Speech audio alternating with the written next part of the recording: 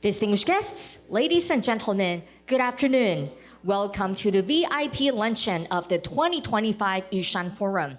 In the morning, we had a grand opening ceremony and fruitful discussions on the pathway to net zero transition. And now it's time for us to sit back, relax, and enjoy each other's company. To kick off, we would like to welcome the host, Her Excellency Xiaobi Kim, Vice President of the ROC Taiwan, to give us her remarks. Please welcome her with a warm round of applause.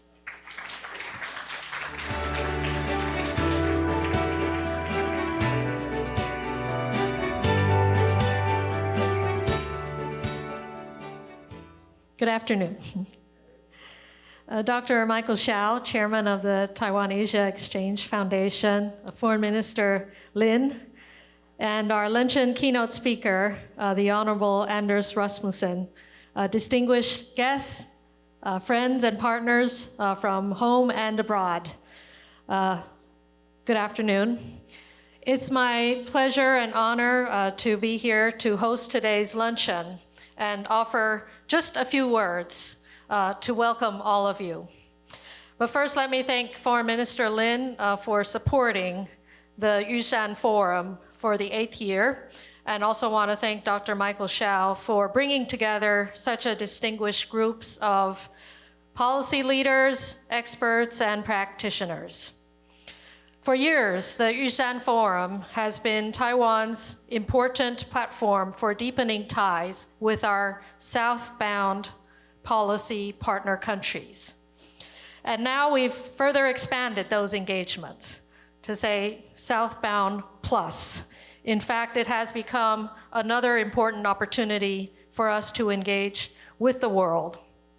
The agenda of this forum this year demonstrates the breadth of our interconnectedness, encompassing a wide range of issues from this morning's discussions on smart solutions to net zero transitions and healthcare, and to this afternoon transitioning into supply chain resilience in the semiconductor industry, smart transportation, and digital innovation. As President Lai highlighted this morning, Taiwan is committed to working with the international community. Our democratic, free, and open society has been fertile ground for creativity and innovation. And although relatively speaking, we are a small country by population and geographic size, the Taiwanese people are always looking for opportunities to punch above our weight when it comes to contributing to technological progress and global prosperity. However, we are in complicated times. The complexity of the current geopolitical and economic landscape is unprecedented. We meet at a time of both continuity and upheaval in the international environment. But what remains constant is our interest in maintaining peace and stability in the Indo-Pacific. And yet, disruptions in the rules-based international order as we know it are endangering stability. This is why we are especially appreciative of international leaders reiterating the critical importance of peace and stability in the Taiwan Strait. Last month, Prime Minister Ishiba and President Trump issued a joint statement opposing unilateral attempts to alter the status quo by force or coercion. And this spirit was further elaborated in the G7 foreign ministers gathering last week.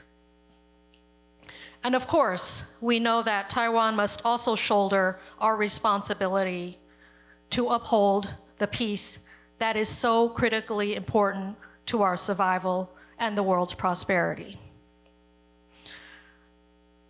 When it comes to pursuing our ideals and upholding our values, the Taiwanese people are relentless.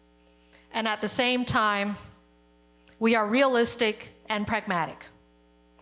We know that the best deterrent to aggression is a society committed to its own self-defense. In response to growing threats and aggressive provocations from China, President Lai has vowed to enhance our defense spending in addition to carrying out a number of reforms in defense and national security. Furthermore, in light of the hybrid nature of the challenges that we face, this administration has also embarked on an initiative which we call Whole of Society Defense Resilience. Work is progressing across the following key areas: civilian force utilization, strategic materials preparation and delivery, energy and critical infrastructure security, cybersecurity, telecommunications, and financial resilience. These efforts enhance our overall resilience in national security, economic stability, disaster prevention, and democratic institutions. In these endeavors, we have learned a lot from international partnerships through events like this, as well as through dialogue and exchanges, as many others around the world are also confronting similar hybrid security challenges. We are compelled to constantly innovate and expand our toolkits, and we also stand ready to work with other like-minded societies. For our democracy to remain secure, we must ensure continuing economic progress. So we strive to ensure that Taiwan remains irreplaceable and indispensable as a trusted economic and trade partner to the world. Historically, our society has skillfully leveraged manufacturing capabilities to propel technological progress. And today, Taiwanese companies are expanding their global impact by co-innovating, investing, trading, and partnering with others. We have mapped out 5 key industries: semiconductors, artificial intelligence, next-generation telecommunications, defense and security, and secure surveillance, as what we call trusted industries, or industries that require trust as a foundation for their success. While Taiwan's very diverse economy is robust in areas far beyond these 5 trusted sectors, but at the core of our government's industrial policy is that we want trust and reliability to be the brand name or the added value that Taiwan can offer to the world. So circling back, this is why this forum and the range of topics covered is so timely. We take the need for geopolitical stability seriously, but at the same time, Taiwan is much more than a geopolitical headline. We have a lot to offer to the world, and the world can benefit from having a strong Taiwan. And as you may find in tomorrow's discussion session on soft power, Taiwan's soft power is engineered with human warmth. A warmth that is a force for good, a warmth that is colorful, generous, and hospitable. So in the spirit of hospitality, and making sure I'm not keeping you from enjoying more Taiwanese food today, I want to thank you again for participating in this forum, and I'm sure that you will share my enthusiasm in looking forward to hearing from today's keynote speaker, Mr. Rasmussen. Thank you and welcome again. Thank you very much. Vice President Xiao, please return to your seat. Thank you. Ladies and gentlemen, now it's time for the keynote speech. We are deeply honored to have invited Honorable Anders Fogh Rasmussen, Chairman of the Alliance of Democracies Foundation and former Prime Minister of Denmark, to be our keynote speaker. Please welcome him with a warm round of applause. Thank you. Madam Vice President, dear friends, ladies and gentlemen, throughout my life, the United States was always the shining city on a hill. After two devastating world wars, America's leaders built and policed a rules-based order.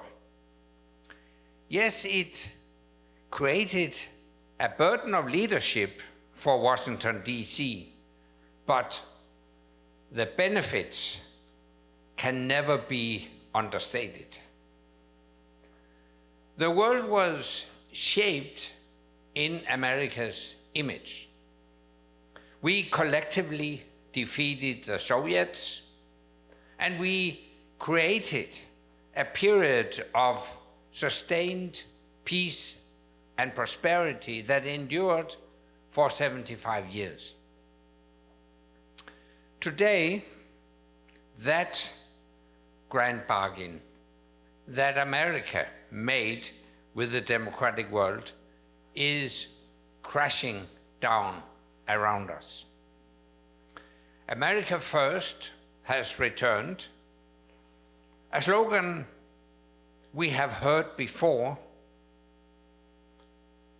some of humanity's darkest chapters. Whether in the shipping lanes of the Atlantic, at Pearl Harbor, or the World Trade Center, America learned the hard way that dictators bring the fight to you.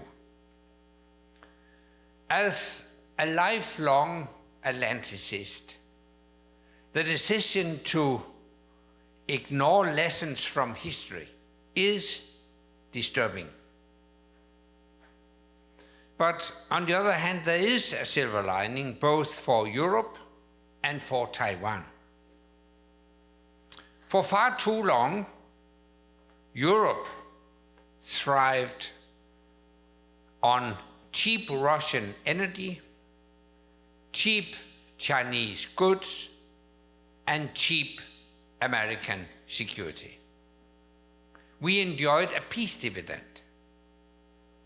Today, we are waking up to the old motto on the Washington Korea Memorial, which says, "Freedom is not free." Europe must step up and pay the price needed to defend ourselves. This demands some tough choices. National treasuries can no longer afford the social states that we are accustomed to. More defense spending, more investment in critical infrastructure, more focus on our societal resilience in a dangerous world. In some ways, President Trump is doing us a favor. This kind of changed mindset has been needed in Europe for some time. In the short term, the threat to Europe is Russia. There is no doubt that the dictators are looking at what happens in Ukraine and drawing their own lessons. Here in Taiwan, at the start of the Russian invasion, many adopted the motto, "Ukraine today, Taiwan tomorrow." Taiwanese people rallied to support Ukraine thousands of kilometers away because helping Ukraine today is protecting Taiwan tomorrow.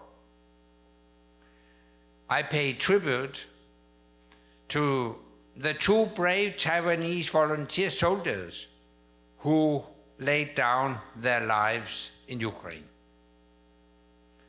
They are heroes, and we must never forget what they gave for us, nor can we fail to make their sacrifice mean something. We must not show that aggression pays for the sake of Ukraine today and Taiwan tomorrow.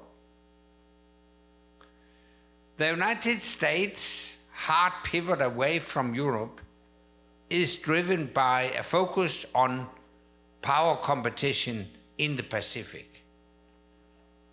China is the existential threat to American hegemony. But surely the best way to tackle China is through a network of alliances built on shared values and mutual assistance, not short-term transactional interests. If the United States is vacating its role as champion of freedom and democracy, Europe's friendship with Taiwan must now enter a new golden era.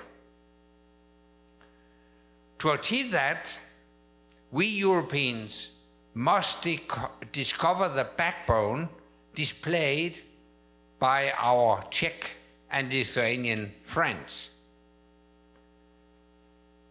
Europeans must never again state that a Taiwan crisis would be a crisis that is not ours. Because as Europe seeks to strengthen our own security, we can look to Taiwan for inspiration. Taiwan is like a diamond made under pressure, turning adversity into global success. We should all learn from you what it means to build resilience in our societies. We can learn a lot from Taiwan's porcupine strategy on how to deter aggressors. But we should also take heart from the Taiwanese spirit, one that defies Beijing's bully boy tactics. It would be easy to give in to Beijing and roll over. You can easily have peace if you surrender freedom, but you choose to be free. Whether through a formal economic partnership or not, Europe must strengthen our economic and trading relations with Taiwan. We should build on the European Union's CHIPS Act to significantly expand our tech diplomacy and cooperation. We should build deep defense cooperation. Above all, Europe must stand with Taiwan economically, politically, even militarily, not just because of some short-term interests, but because in a dangerous and unpredictable world, freedom finders stand together. Freedom is not confined by oceans or borders. The tyranny that threatens Taiwan and Ukraine today threatens Europe tomorrow. To defend freedom anywhere is to protect freedom everywhere. Let's defend freedom together. Thank you.